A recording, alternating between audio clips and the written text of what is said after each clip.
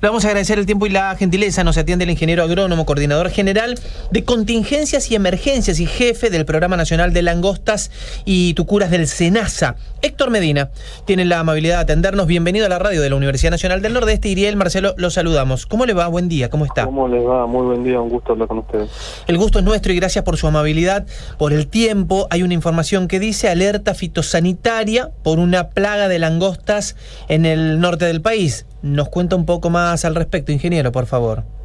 Sí, bueno, las langostas son una plaga importante de mucha historia en Argentina y varios países de Sudamérica. Digamos, fue la primera plaga por la cual el Estado intervino en materia de sanidad vegetal. Estamos hablando de 1800. A partir del año 2015 hubo un resurgimiento muy importante de esta plaga, una plaga migratoria transfronteriza que forma nubes de insectos, de millones de insectos de hasta 25 kilómetros cuadrados que se van moviendo de provincia a provincia, de país en país. Una langosta que se conoce como langosta sudamericana porque afecta a Argentina, Bolivia, Paraguay. También están en riesgo países como Brasil y Uruguay. Como les decía, en 2015 un resurgimiento muy importante de esta plaga, con mangas volando por gran parte de Argentina y los países vecinos. El último foco o emergencia importante lo tuvimos en 2020, en plena crisis por el COVID también, donde la plaga empezó a bajar desde Paraguay, Formosa, Chaco, entró Corrientes y Entre Ríos. Ahí es cuando se puso en riesgo Brasil y Uruguay. Y lo que está pasando actualmente es una situación de alerta. Necesitamos una situación previa a lo que es una emergencia, a esta experiencia que yo les comenté. Sí. Y se declara básicamente por los focos que empezamos a detectar en Argentina, por ejemplo en la provincia de Formosa, la más compleja hoy, Salta, también Santiago y Catamarca, a lo que se le suman las detecciones múltiples que hay en Bolivia, los controles que están haciendo en Bolivia y las detecciones que hay en Paraguay, ¿no? Como esto es una plaga migratoria que migra entre los tres países, estamos viendo condiciones para que esta plaga prospere. Y es por eso que decidimos alertar de lo que está pasando y ponernos a trabajar de forma conjunta con los productores y las provincias para evitar una situación crítica como la hemos tenido en años anteriores. Las estimaciones, Medina, de si efectivamente estas alertas y la propagación tan preocupante de estas langostas migratorias es porque puede generar pérdidas estimadas, ¿no?, de más de 3 millones de dólares. Es por eso que hay un acompañamiento por parte del SENASA y preguntarle entonces cuáles son esas acciones que llevan adelante con productores para contenerla. Bien, actualmente estamos en una situación de vigilancia para tratar de tener el mapa completo de dónde está la plaga y dónde no, y en qué estado. Eso es muy importante, ¿no? Y lo que estamos viendo nosotros no son mangas migratorias, que es lo más riesgoso, sino que estamos viendo langostas que están reproduciéndose y empezando a dejar huevos, en el suelo. Es decir, vamos a tener una generación local. Entonces los esfuerzos ahora se van a centrar en ubicar todas esas zonas donde la langosta está poniendo huevo y tener controles de forma terrestre. Entonces hay también todo un manejo con los productores para que puedan hacer controles y después articulando también entre SENASA y las provincias para acompañar esos controles y evitar que esa langosta que van a hacer dentro de poco se convierta en adulto y de ahí comiencen a manejar, a volar estas mangas importantes que, como les decía, son las más riesgosas. ¿Cuál es el problema adicional que tenemos? Es que no solo basta con lo que pasa en Argentina, sino que tenemos un ojo puesto en Bolivia y Paraguay, por lo cual estamos todo el tiempo comunicados con ellos, viendo qué está pasando del otro lado de la frontera, ¿no? Si acá podemos controlar todo, sería perfecto, pero si hay alguna falla de control, tanto en Bolivia como Paraguay, también vamos a tener invasión de langostas, y ahí comienza otra estrategia nueva de intervención y de control. Claro. Leía que perdón, Iriel, perdón. No, sí, que se trata entonces de una fotografía a nivel regional, y ese control de la plaga tiene que ver con fumigaciones, como acá en la zona urbana se conoce, con otros insectos, con un uso de químicos especiales. Se tratan esas acciones, esas acciones justamente para contener la propagación a nivel local, en principio. Exactamente, hacemos tratamientos. El objetivo de ahora es hacer tratamientos focalizados, es decir, donde se detecta la plaga. No es que hacemos una cobertura total en un cultivo, en un área de monte, sino que el objetivo es identificando focos con presencia de la plaga y hacer un control dirigido. Esto nos permite ser mucho más eficiente en el uso de recursos. Por supuesto también hay un menor impacto ambiental y las acciones son mucho más rápidas, pero la clave hoy es ese control. Y otro mensaje importante que siempre dejamos es: la langosta es un insecto más nativo ya de Argentina y de la región, por lo cual Lo que nosotros determinamos siempre son umbrales, ¿no? Sí. Si el insecto está en umbrales bajos, no representa ningún riesgo, es parte de la cadena trófica, es un insecto más, no se controla, simplemente se vigila. El foco y el control se decide cuando hay riesgo de que la plaga desarrolle, ¿sí? y posteriormente se formen estas mangas, o cuando hay daños en cultivos o pastizales o en algún recurso valioso desde el punto de vista agropecuario. Entonces el control no es siempre, sino si se cumplen ciertas condiciones que ponen en riesgo a la producción nacional.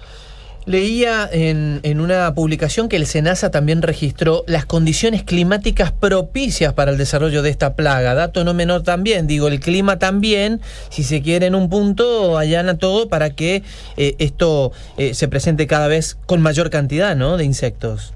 Exactamente, esa es la conjugación, ¿no? Estamos encontrando la plaga y vemos que las condiciones son predisponentes, en realidad una tiene relación directa con la otra.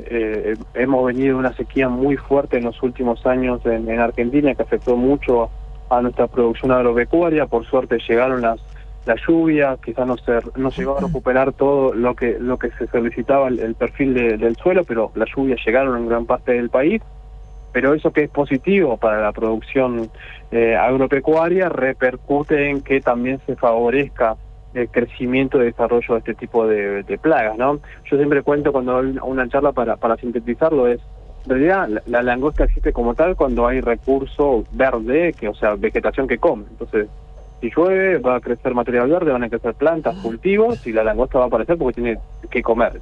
Si hay una seca muy importante, digamos, la langosta nunca va a poder desarrollarse porque no tiene que comer. Entonces, las lluvias claramente son las que predisponen el desarrollo de esta plaga.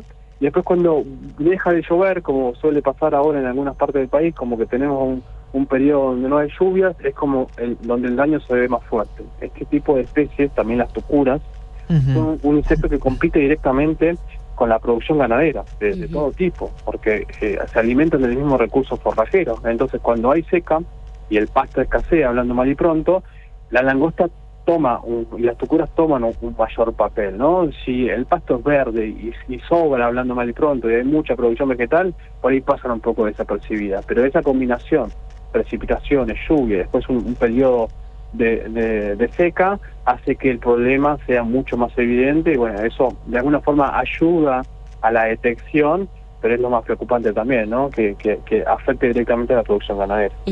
Esta alerta fitosanitaria, decíamos, por la langosta sudamericana, una de las partes de la declaración de alerta establece que ante el registro y la presencia de este insecto se tiene que hacer una denuncia obligatoria, es decir, que ustedes desde el SENASA ponen a disposición todas las herramientas de acompañamiento, pero la otra pata de parte de los productores también tiene que ver con una comunicación a la oficina local más cercana del SENASA, ¿no? Canales abiertos de comunicación para que de las dos partes haya un intercambio y contener lo que podrían ser, bueno, sabemos, millonarias pérdidas en el campo.